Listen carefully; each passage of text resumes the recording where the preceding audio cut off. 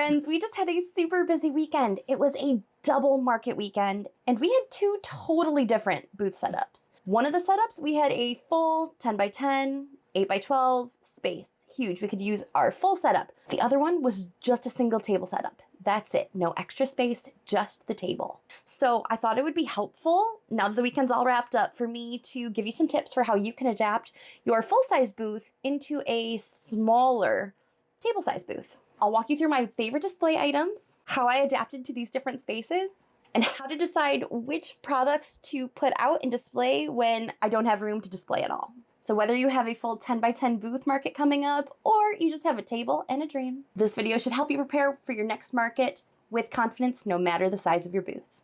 Let's dive in.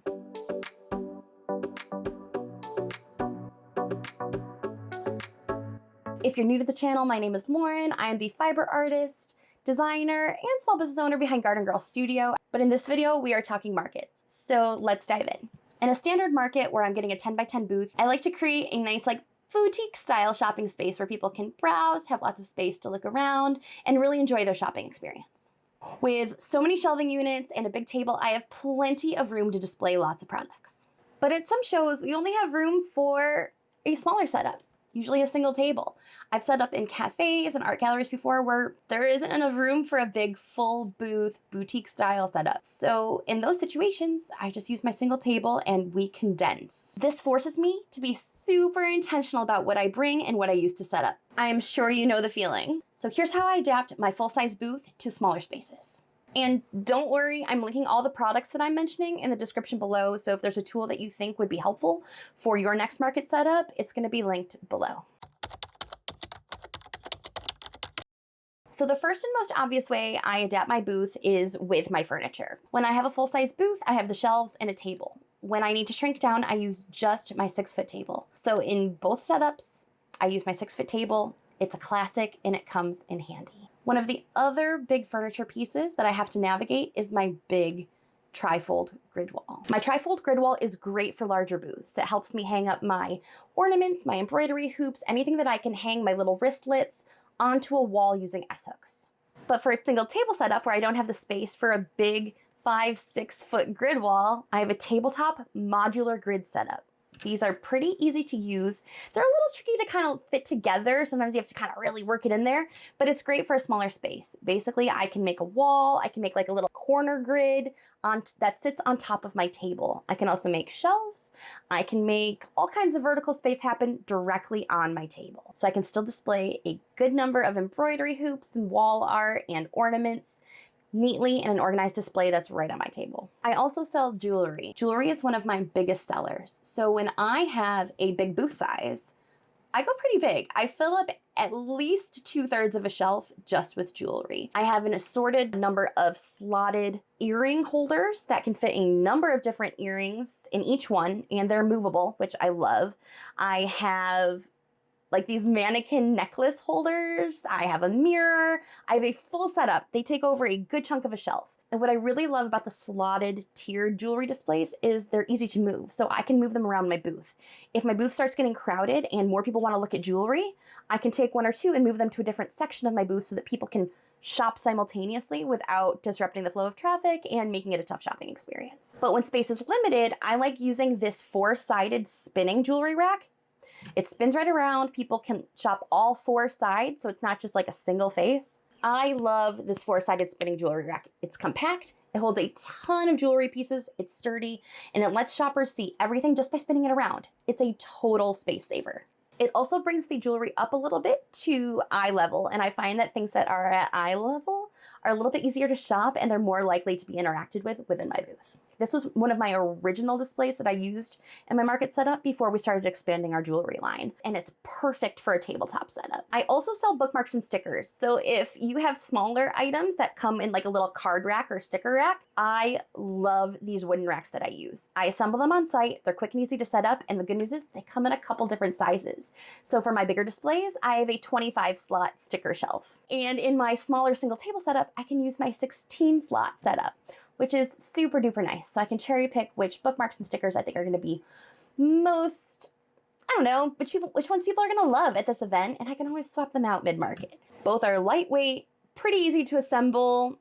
It's probably harder to put it back in the box than to actually like set it up. But anyway, it makes things neat, organized, easy to shop, and I love that it comes in a couple different sizes. This is kind of a big one. At first, I really didn't know how to manage my apparel, my sweatshirts. How do you fit sweatshirts into a small single table space and still make it shoppable and interesting and exciting to look at? Whew, okay, so I get it. So if you're feeling the same vibe, this is how I manage it. When I have my big space, I converted one of my display racks into, actually Garden Dad, I converted one of our big shelving racks into a nice place where we can hang up all of our sweatshirts. Easy peasy. Love that because all the colors are available, all the sizes are available, all of the different styles are available, all in one space, easy to shop, just like they're shopping in a store. But when I have a single table, I have these little, I'm gonna call them mannequins, but they're really like clothing hangers that can go up and down. And I love using them for both displays because then people can see what's on the shelves without actually having to like browse through it. They can see it from far away. I still use one of those for my single table setup because it's eye-catching. I put that on top of a milk crate or a box, and then inside the milk crate, inside the wooden box, I have a couple of sweatshirts folded up in a couple different sizes. These milk crates come in handy so much. You can use them to build up different shelving on top of your table. Again, we're using our vertical space. When we don't have horizontal space, we use our vertical space. I put my little mannequin on top so people can see it without even having to like shuffle through each of the folded sweatshirts that are on the table. They can see exactly what they're getting inside of the milk crate, and then they can just look for their size. I even sometimes put the little stickers on the outside, so if they're looking for a medium or a 2XL or whatever size they're looking for, they can just find it really quickly without having to like shuffle and make it really, really difficult as they're looking. Can I fit all of my sweatshirts all on the table? No, that would be too much. And at first that was hard for me to digest because I was like, I want all of the things out. We can't have all the things out.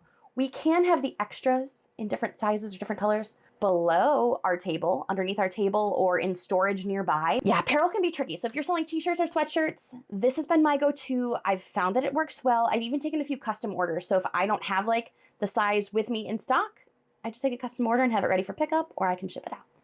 Another option, always bring those custom order forms.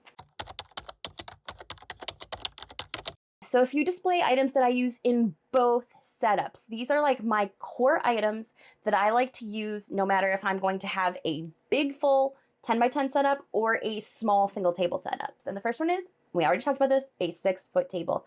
It's a classic, and a tablecloth. Bonus points if that tablecloth is in your brand colors. I personally like the ones that kind of like stretch over. They kind of keep things neat and tidy, and I use these at every market, unless the host or the organizer is providing a table and tablecloths that we need to use. I always bring them along with me. Stackable milk crates. These are just wooden boxes. These are great for building height on a small display. They're great if you need like a little backdrop or if you need to set your products into a bin.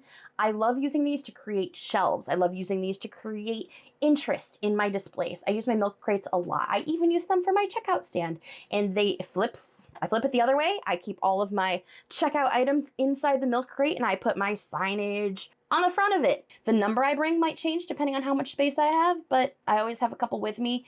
And sometimes they come in like different sizes, like they kind of like nest into each other. That's nice too, because then you can have a few different sizes depending on what you might need it for. Clear plastic bins. I use them in all of my displays to hold my cup cozies, wristlets, fabric coasters, anything small that I want to see. Now, the reason I use clear bins is so that people can see through them. Sometimes these items are so small, like my cup cozies are long and narrow.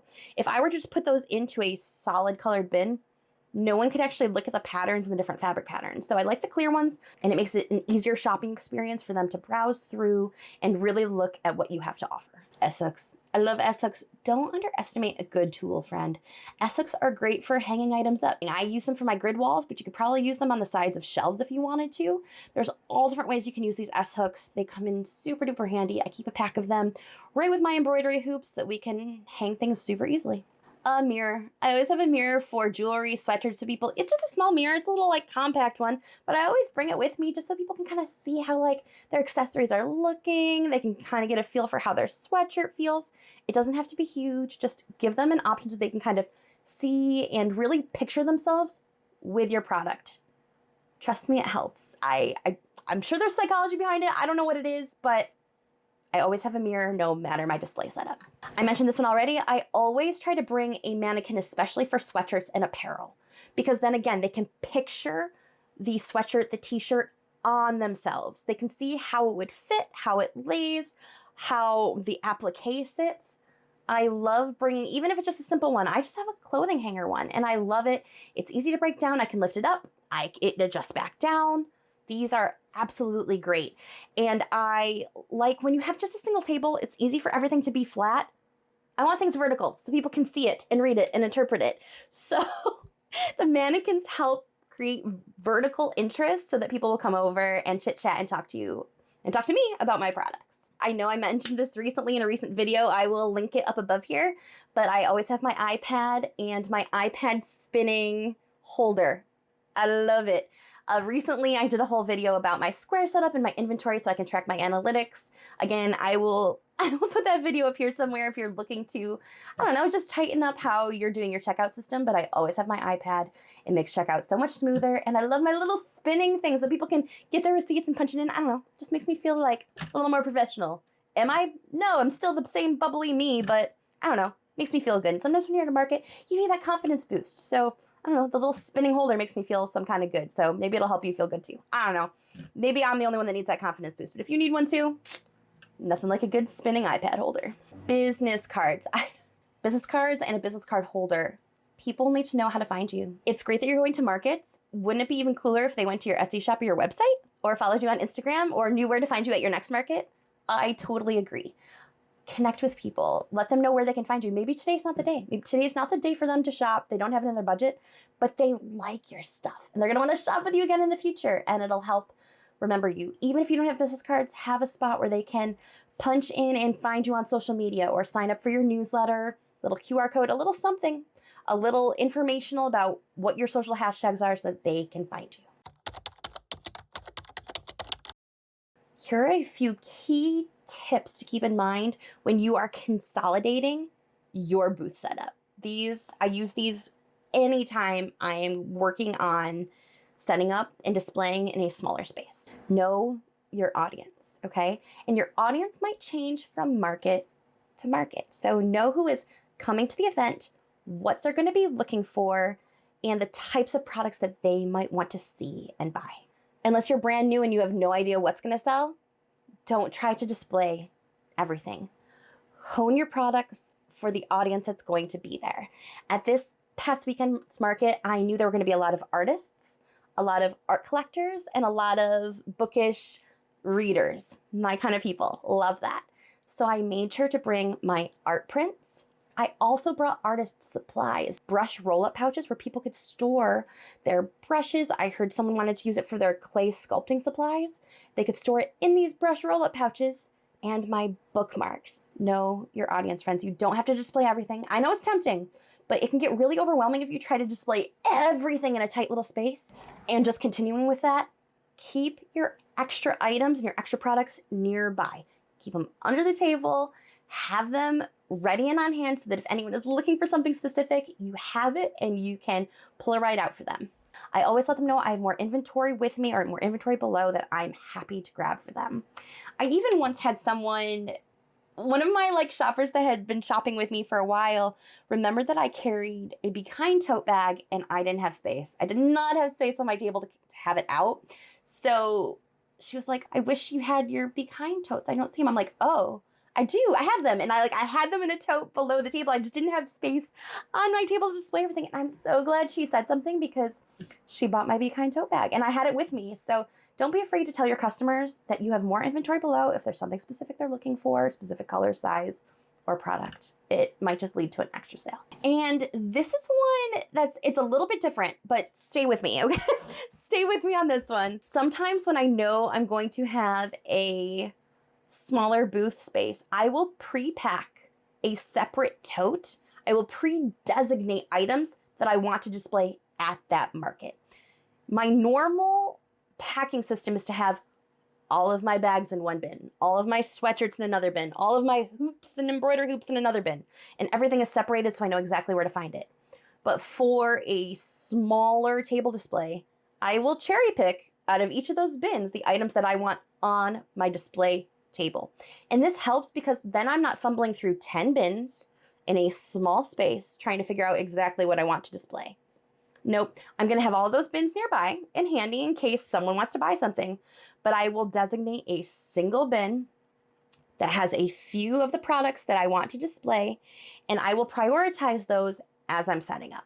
That way I'm not scrambling at setup time to figure out what to display, how much of it I need, and where to find it when I have a small space and way too many bins. No matter what size booth setup I have, I want to keep things inviting, shoppable, and just overall a fun shopping experience. If you have market events coming up, I hope this video helped you with how you can flex your displays depending on how much space you have to set up your booth. Let me know in the comments below what your go-to display items are.